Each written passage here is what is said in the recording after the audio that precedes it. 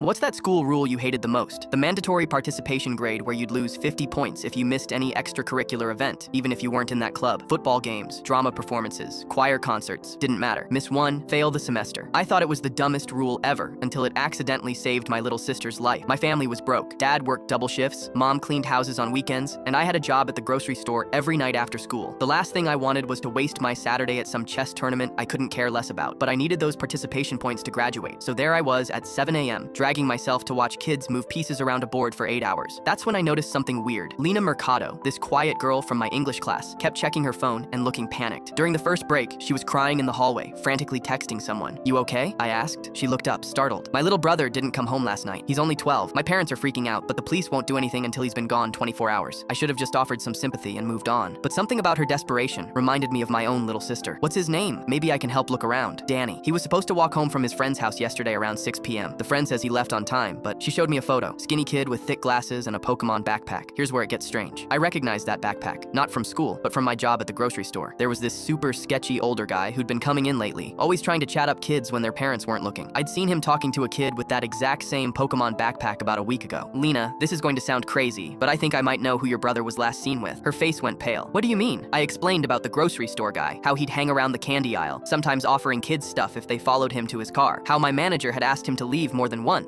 but he kept coming back during other shifts. Lena grabbed my arm. "We have to call the police right now." But we didn't know his name, license plate, or address, just that he drove a beat-up blue Honda and acted real suspicious. "There's one thing," I said. "He always paid with the same credit card. If we can get to the store and check yesterday's transactions around the time Danny went missing." We left the tournament immediately. Lena called her parents to meet us there. My manager, Tony, was on shift and already knew the guy we were talking about. "This is serious," Tony said. "Let me check the card history." We scanned transactions between 5 to 7 p.m. Lena suddenly gasped. "There, that name, David Kowalski. Danny texted me at 5:47 saying he was getting candy before walking home. This guy made a big purchase at 6:03 p.m. Tony got his district manager involved, who pulled up corporate info. In under an hour, they had the guy's address and vehicle registration. The police got a search warrant. They found Danny at the man's house, safe but clearly shaken. There was also evidence that this guy had been planning similar encounters with other kids. Turns out he had a criminal record and had recently moved near our school district. He was arrested and sentenced to 25 years. But here's the wild part. If I hadn't been forced to go to that chess tournament, I never would have spoken to Lena. I never would have connected her brother to that grocery store creep. The story made local news. Students' mandatory school event attendance helps locate missing child. The school reframed the rule as community building through shared experiences. They added more types of events and covered all costs so no one would be left out. Lena and I became close friends. Danny fully recovered and now volunteers with youth organizations. And David Kowalski, he's got plenty of time to reflect on how a random chess tournament unraveled his plans. Sometimes the most annoying rules create the exact moment when heroes and victims cross paths. Best mandatory participation ever.